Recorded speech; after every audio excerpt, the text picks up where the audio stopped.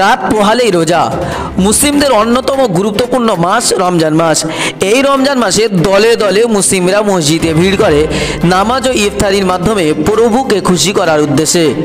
কিন্তু সাম্প্রতিক করোনা ভাইরাসের সংক্রমণ রুখতে গোটা ভারতবর্ষে লকডাউন জারি রয়েছে, সেহেতু মসজিদে ভিড় করার ব্যাপারে নিষেধাজ্ঞা জারি করেছে সরকার।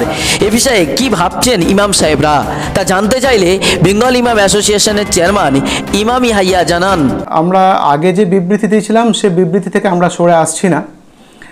যখন প্রত্যেক দিন 5 ওয়াক্ত ফরজ নামাজের ক্ষেত্রে আমরা বিবৃতি দিয়ে অনুরোধ করেছিলাম যে জামাতটাকে ছোট করার জন্যে, যাতে মসজিদে কোনো অবস্থায় ভিড় না করে। তো রমজানের যে তারাবির নামাজ সেটা ফরজ নামাজের চাইতে গুরুত্বপূর্ণ নয়। তারাবির নামাজ সুন্নতের নামাজ, সুতরাং সুন্নত নামাজ পড়ার জন্য আমরা ফরজের নামাজের চাইতেও বেশি গুরুত্ব দেওয়ার কোনো জায়গায় নেই। এবং স্বাভাবিক কারণেই এই ফরজ নামাজের ক্ষেত্রে আমাদের যে ভাবনা ছিল, যে অনুরোধ ছিল যে আপনারা দয়া করে মসজিদে ভিড় করবেন না, এক্ষেত্রেও তার ব্যতিক্রম এতটুকু কিছু হচ্ছে না। আমরা আপনাদের কাছে আবারও একবার অনুরোধ করব যে যতক্ষণ না পর্যন্ত সরকারি লকডাউন সরকারিভাবে উঠে যায় ততক্ষণ পর্যন্ত দয়া করে মসজিদে ভিড় করবেন না। আপনারা নিজের নিজের বাড়িতে ইফতার করুন, মসজিদে যৌথভাবে ইফতার করার প্রয়োজন নেই। তারাবির নামাজ নিজের বাড়িতে পড়ে নিন, বাড়িতে কোরআন শরীফ বেশি বেশি পড়ার ব্যবস্থা করুন যাতে কোনো রকমের অসুবিধা না হয়।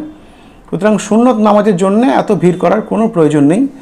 আমরা সবার কাছে আবেদন রাখছি যে দয়া করে যতক্ষণ না লকডাউন উঠে যাচ্ছে ততক্ষণ পর্যন্ত বাড়িতে নামাজ পড়ুন, তারাবির নামাজ বাড়িতে পড়ুন, কোরআন তেলাওয়াত বাড়িতে বেশি বেশি করুন এবং ইফতারও বাড়িতে করুন। মসজিদে ভিড় করে করার কোনো প্রয়োজনীয়তা নেই, কোনো দরকার নেই। এই সময়ে আমাদের নিজেদের, আমাদের পরিবারের নিরাপত্তাটা প্রথম প্রয়োজন।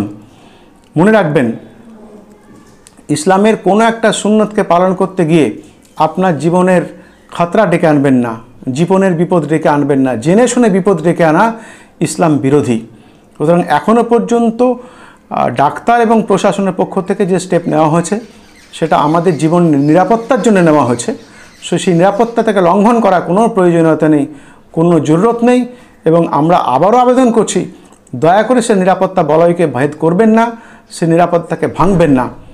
বাড়িতে নামাজ পড়ুন, বাড়িতে ইবাদত করুন। আল্লাহ তাআলা আপনার ইবাদতে কতটুকু ঘাটতি করবেন না ইনশাআল্লাহ তাআলা।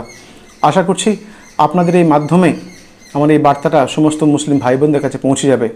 সবাই ভালো থাকুন, সুস্থ থাকুন, নিরাপদে থাকুন, পরিবারকে নিরাপদে রাখুন, সমাজকে নিরাপদে রাখুন। আসুন সকলে আমরা নিরাপত্তার সাথে ইবাদত করি আল্লাহ তাআলার। আসসালামু আলাইকুম ওয়া রাহমাতুল্লাহ।